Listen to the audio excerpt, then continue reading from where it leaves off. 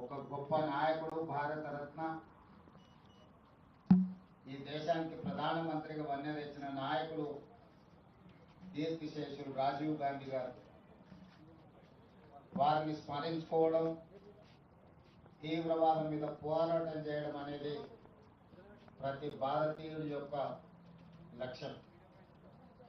వారిచ్చిన స్ఫూర్తి, వారి నాయకత్వం ఈ భారతదేశానికి 21వ శతాబ్దానికి పునాదులు వేసింది. సాంకేతిక నైపుణ్యంతో పాటు ఆర్థిక సరళీకృత విధానాలకు ఆద్యం పోసి ఆర్థిక సరళీకృత విధానాలతో దేశాన్ని బలమైన ఆర్థిక దేశంగా నిలబెట్టడమే కాకుండా యువతకు 21 సంవత్సరాల ఓటు హక్కు ఉంటే వయస్సు తగ్గించి 18 సంవత్సరాలకి ఓటు హక్కు ఇచ్చి ఈ దేశంలో రాష్ట్ర ప్రభుత్వాలను, కేంద్ర ప్రభుత్వాలను ఏర్పాటు చేయడంలో యువతకు కీలకమైన బాధ్యతను అప్పచెప్పిన ఒక గొప్ప నాయకుడు రాజీవ్ గాంధీ గారు.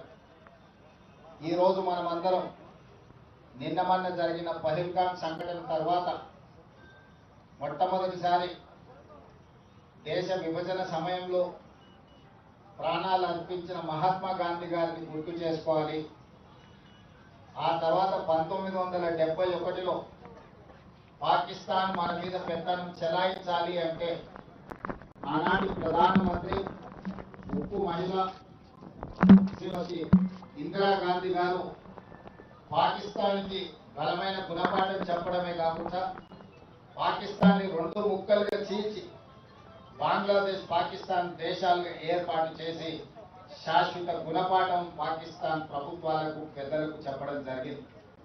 ఈ రోజు కూడా దాదాపుగా 54 సంవత్సరాల తర్వాత కూడా ఈ దేశంలో తీవ్రవాద అంశం ప్రస్తావనకు వచ్చిన, ఈ దేశం మీద పక్క దేశాలు దాడి చేయాలనుకున్నప్పుడు తీవ్రవాదుల ముసుగులో, అంతర్జాతీయ ఉగ్రవాదుల ముసుగులో ఈ దేశ పౌరుల మీద దాడి చేసినప్పుడు వాళ్ళని నిర్మూలించడంలో శ్రీమతి ఇందిరాగాంధీ గారే మనకు ఆదర్శం.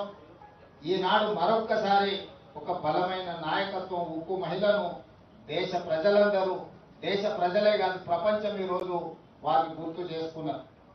ఆనాడు పాకిస్తాన్ మీద యుద్ధం జరిగినప్పుడు అమెరికన్ ప్రెసిడెంట్ శ్రీమతి ఇందిరాగాంధీ గారికి అమెరికాలో సూచన చేసి మేము మధ్యవర్తిత్వం వహిస్తాము అని చెప్పి, మీరు యుద్ధాన్ని ఆపాలి అని చెప్పినప్పుడు విస్పష్టంగా మీకు తెల్ల రంగు ఉన్నది కదా అని చెప్పి మా మీద పెత్తనం చెయ్యాలనుకుంటే భారతదేశం సహించదు, మా దేశం యొక్క సమస్యను, మా భద్రతను మేమే కాపాడుకోగలుగుతాం, మా దేశాన్ని మేము రక్షించుకోగలుగుతాం, మాకెవ్వరి సూచనలు, ఎవరి మధ్యవర్తిత్వం అవసరం లేదని విస్పష్టంగా ఆనాడు శ్రీమతి ఇందిరాగాంధీ గారు చెప్పడం జరిగింది.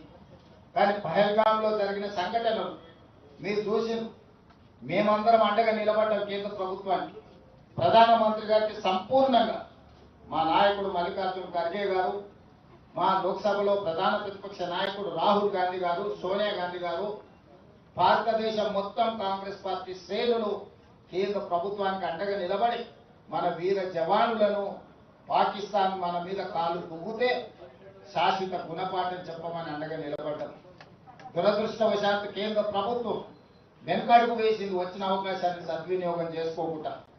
అమెరికా ప్రెసిడెంట్ ఒత్తిడి తీసుకొచ్చినా, నేను యుద్ధాన్ని ఆపినా, లేకపోతే ఆర్థిక ప్రయోజనాలు నేను దెబ్బతీస్తానికి బెదిరిస్తే భారతదేశం లొంగిపోయిందని చెప్పి ట్రంప్ ప్రకటించే పరిస్థితి వచ్చిందనంటే ఈ దేశంలో నడుస్తున్న ప్రభుత్వం ట్రంప్ ఒత్తిడికి లొంగిపోయిందని విస్పష్టంగా ఈరోజు ప్రజలు భావించవలసిన పరిస్థితి వచ్చింది.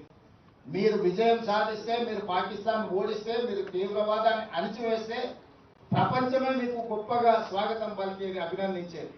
కానీ గొప్పల కోసం మీ నాయకత్వం, మీ పార్టీ శ్రేణులను వీధుల్లో తిప్పే పరిస్థితి వచ్చిందంటేనే నైతికంగా ఈరోజు ప్రజలకు మీరు జవాబు చెప్పవలసిన పరిస్థితులు ఏర్పడ్డాయి. ఈరోజు 100%